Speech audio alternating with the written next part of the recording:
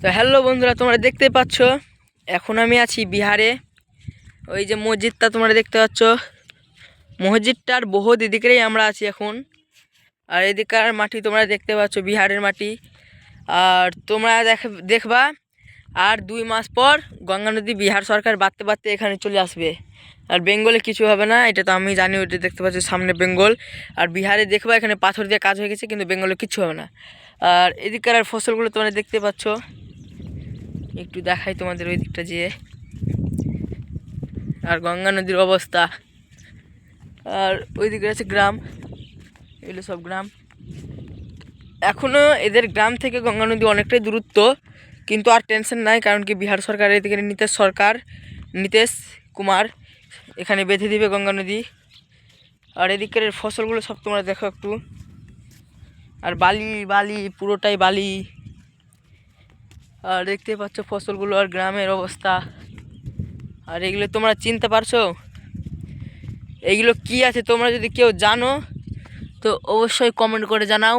আর ওইগুলো সামনে তোমরা যে দেখতে পাচ্ছ, এটাও কি আছে যদি তোমরা জানো তো অবশ্যই কমেন্ট করে জানাও। আর ওই যে হলুদ হলুদ দেখতে পাচ্ছ, ওটাও কি আছে তোমরা যদি জানো তো কমেন্টে জানাও। সবগুলোই তোমরা কমেন্টে জানাও। আর গঙ্গা নদীর অবস্থা এখানেও।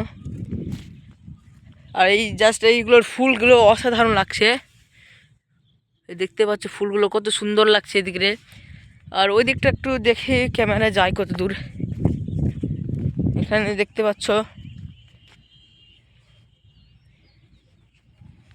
আর চরের অবস্থাটা তোমরা দেখো, চরগুলো দেখতে পাচ্ছ কত সুন্দর লাগছে। চরগুলো পুরোটাই চর বসে গেছে একদম।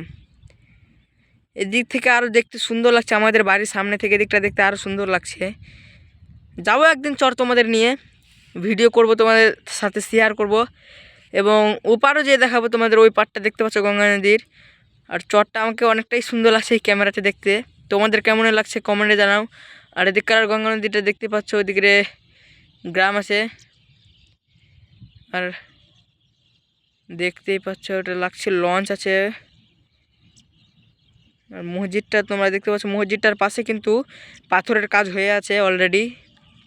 তবুও সেখানে হবে একদিন, ওই জায়গাটাও তোমাদের দেখাবো।